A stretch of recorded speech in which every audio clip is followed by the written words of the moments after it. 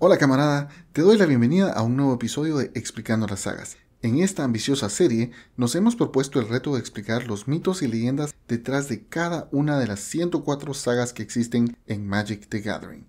Si te gusta este video, por favor danos un like, suscríbete o comparte el video a través de tus redes sociales. Hoy estaremos hablando acerca de las 14 sagas del set de cuentos de la Tierra Media, El Señor de los Anillos.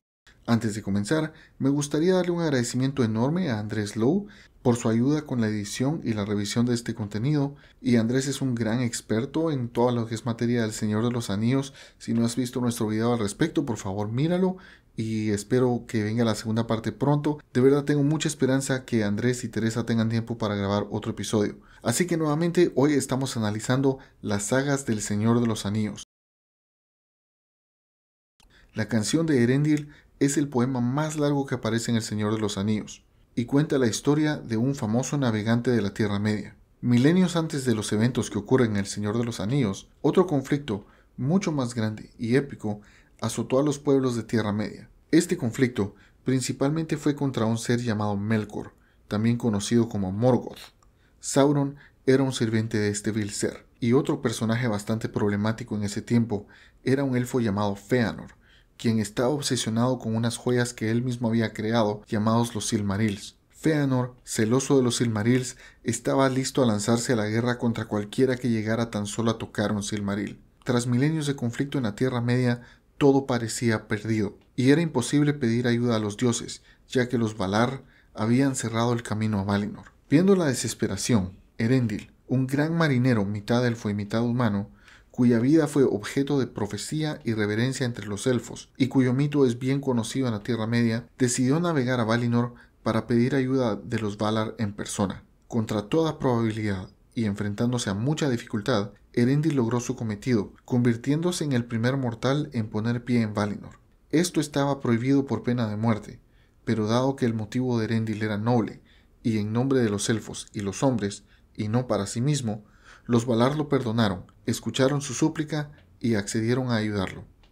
Esto desenlazó la guerra de ira, en la que Morgoth finalmente fue derrotado. Elendil, al igual que sus hijos, Elros y Elrond, tuvieron que decidir entre ser parte de los elfos o de los humanos. Elendil realmente anhelaba ser humano, pero al final decidió ser un elfo para poder estar con su esposa.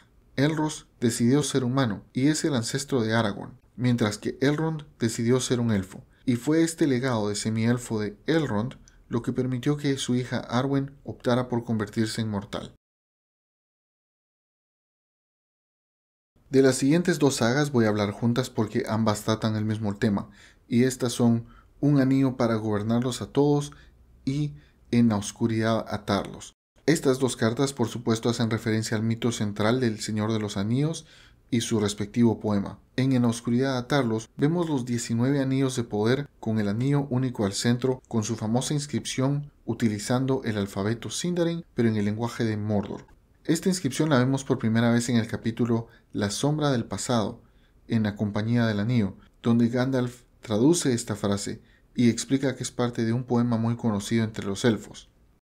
3 rings for the elven kings under the sky, 7 for the dwarf lords in their halls of stone, 9 for mortal men doomed to die, 1 for the Dark Lord on his dark throne in the land of Mordor where the shadows lie.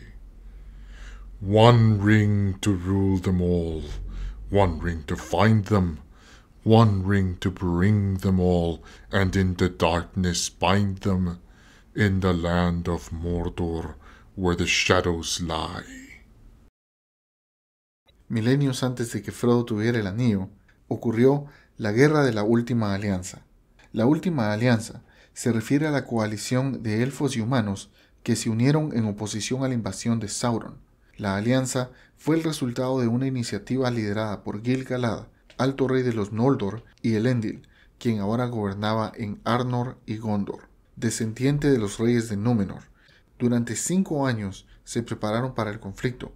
Recibieron ayuda de Elrond y muchas armas y armaduras fueron forjadas en Rivendell, que en aquel tiempo llegó a ser llamado la Gran Forja. Partiendo desde Rivendell, marcharon sobre las montañas nubladas, donde recibieron ayuda del rey Orofer del Reino de los Bosques, el rey Amdir del Orien, el ejército de Gondor, liderado por Anarion, el hermano de Isildur, y un ejército de enanos de Khazad-dûm.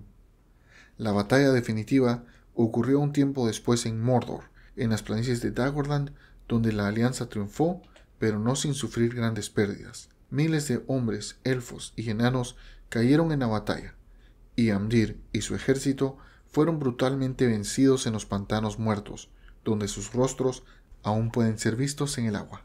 Tras la batalla de Dagorland, la alianza logró penetrar el Portal Negro y sitiar la torre de Barad-dûr. El sitio duró 7 años, y en este tiempo tanto Elendil como Anarion cayeron en batalla. La guerra finalmente terminó cuando el mismo Sauron emergió de la fortaleza para enfrentarse a Gil-galad. Gil-galad se enfrentó a Sauron, y luego recibió la ayuda de Elendil, cuya espada se rompió durante la batalla. Juntos enfrentaron valerosamente al Señor Oscuro, y algunas fuentes describen que Gil-galad recibió terribles quemaduras de las manos de Sauron. La batalla fue tan brutal que los 3 combatientes cayeron. La forma física de Sauron había sido derrotada, y en ese momento Isildur tomó la espada rota de su padre y con ella cortó el anillo de la mano de Sauron. Por un tiempo, Isildur tuvo el anillo. Al poco tiempo de haberlo tomado, mientras la inscripción en el anillo aún era visible, Isildur escribió sus experiencias en un pergamino. Allí explicó que al tomar el anillo de la mano de Sauron, la quemadura que había sufrido le dolería por el resto de su vida. También afirmó que al enfriarse, el anillo se redujo en tamaño y que la inscripción se desvanecía. Teorizaba que la inscripción se haría visible de nuevo si era expuesta al calor, pero el anillo le era tan preciado que no se atrevía, ni siquiera en su imaginación, a tomar alguna acción que pudiera dañarlo. El destino de Isildur es bien conocido. Atravesando las montañas nubladas en camino a ver a Elrond para entregarle el anillo único, la compañía fue asaltada por orcos. Antes de comenzar la batalla, Isildur envió a su escudero con los fragmentos de su espada Elendil, pero decidió quedarse con el anillo. La compañía de Isildur se vio abrumada por los orcos, quienes superaban sus números 10-1, y ahí cayeron sus guerreros más confiados y también sus hijos. Finalmente, Isildur fue convencido que debía escapar, y librándose de su armadura y equipándose con el anillo, intentó escapar nadando en las aguas del río Anduin. Ahí fue traicionado por el anillo, que se desprendió de su mano y fue fulminado por las flechas de los orcos, mientras que el anillo se perdió en la corriente del río y estaría perdido por siglos. El pergamino de Isildur cayó en el olvido, y ni siquiera Saruman, el mayor experto de los anillos, sabía de su existencia. Pero este fue redescubierto por Gandalf, cuando buscaba establecer si el anillo de Bilbo era en efecto el anillo único. Gandalf halló el pergamino en la biblioteca de Gondor, donde Denethor, con muchas reservas, le permitió revisar los antiguos documentos y archivos. Eorl fue un honorable guerrero que vivió durante la Segunda Era. Su padre fue brutalmente matado por un caballo salvaje que intentaba domar. Eorl persiguió a este caballo y logró domarlo. Eorl y su compañía ayudaron a los guerreros de Gondor en una batalla contra las fuerzas de Sauron, conocida como la Batalla de los Campos de Celebrant. Tras la victoria, Eorl fue concedido las tierras en la región conocida como Calenhon para que su gente pudiera construir un hogar.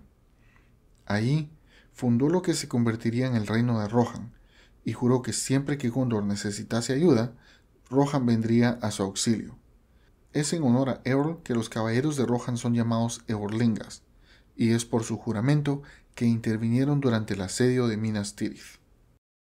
El cuento de una ida y una vuelta es el título que Bilbo le da en el mundo del Señor de los Anillos al libro que nosotros llamamos El Hobbit. Esta historia, si no la has leído, es una historia muy simpática, en un tono mucho más liviano que El Señor de los Anillos, pero muy entretenida, y cuenta la historia de cómo Bilbo conoció a Gollum y obtuvo el anillo. Y hablando de Bilbo, Bilbo es el autor de la canción del baño. Esta es una canción que Merry, Pippin, Sam y Frodo cantan en la posada de Bree. Esta escena del baño es una escena muy conmovedora porque es la última escena en que los hobbits están realmente felices antes de darse cuenta en el embrollo que estaban a causa del anillo. El mismo embrollo que eventualmente los condujo a las minas de Moria y a encontrar el libro de Marzabul. El nombre de este libro se traduce como el libro de registros. Este tomo documentaba los sucesos que acontecían a Balin y a sus allegados en Khazad Dûm, que también es conocida como Moria. El libro fue encontrado por la Compañía del Anillo cerca de la tumba de Balin. Este libro se mostraba quemado, manchado y cortado. Además de la dificultad de descifrar el libro porque estaba en muy mal estado, este también había sido escrito utilizando varios alfabetos diferentes. Gandalf hizo todo lo posible por descifrarlo, pero la página que realmente sobresale es la última del libro, que ilumina el destino de los enanos en Moria y presagia el peligro que enfrentarán los héroes más adelante. No podemos salir. Han tomado el puente y el segundo pasillo. Frar, Iloni y Nali cayeron ahí valientemente, mientras el resto se retiraba a Marzabul. Aún retenemos el salón, pero la esperanza se disipa. La compañía de Oin salió hace 5 días, pero tan solo 4 de ellos volvieron. La poza se ha alzado hasta el portal occidental. La criatura que nos observa desde el agua se ha llevado a Oin. No podemos salir. El final viene pronto. Escuchamos tambores en la profundidad. Ya vienen. Un dato interesante es que valiéndose de su conocimiento de libros medievales, Tolkien logró crear facsímiles de las hojas de este libro, quemándolas con su pipa y agregando agujeros y manchas para simular el daño. No te puedo mostrar estas páginas porque tienen derecho de autor y se complica un poco la cosa, pero fácilmente puedes encontrarlas en línea. Merry y Pippin, después de su desventura en Moria, fueron secuestrados por orcos y se perdieron en el bosque de Fangorn. Cuando Merry y Pippin conocieron a Bárbol, este les contó acerca de un largo listado de los Ents, que es una canción que enumera todas las especies conocidas por ellos. Durante el encuentro, Bárbol también les informa que jamás ha escuchado hablar de los hobbits. Pippin recomienda agregarlos al listado, colocándolos junto a los humanos, describiéndolos como medianos que habitan en agujeros. Tras el ataque a Isengard, Bárbol le informa a los hobbits que los ha agregado a la canción. Durante la Guerra de la Última Alianza, hubo una tribu de humanos que habitaban en las Montañas Blancas y servían a Sauron. Estas personas luego cambiaron de parecer y le juraron lealtad a Isildur. Sin embargo, luego lo traicionaron, e Isildur los maldijo, diciendo que sus espíritus morarían en aquellas cavernas hasta que sus descendientes llegaran a reclamar su servicio. Durante la Guerra del Anillo, Aragorn, identificándose como el heredero de Isildur, llama a la hueste gris a su servicio y con su ayuda le da un golpe contundente a las fuerzas de Sauron. Tras la batalla, estas almas se vieron libres de su maldición. Y por último, llegamos al cuento de Tinuviel. Esta carta hace referencia al cuento de Beren y Lúthien, una de las historias más populares de Tolkien y una parte fundamental del imaginario de Tierra Media. El cuento, en buena medida, fue inspirado por los paseos en el bosque que tomaba el autor con su futura esposa cuando eran jóvenes. En el cuento, Beren, un mortal, se enamora de Lúthien, también llamada Tinuviel, que significa alondra en Sindarin, y Tinuviel era la más hermosa de todos los elfos. Por supuesto, el padre de Tinuviel no quería que ella se involucrara con un simple mortal, y entonces prohíbe la relación a no ser que Beren lleve a cabo una tarea imposible.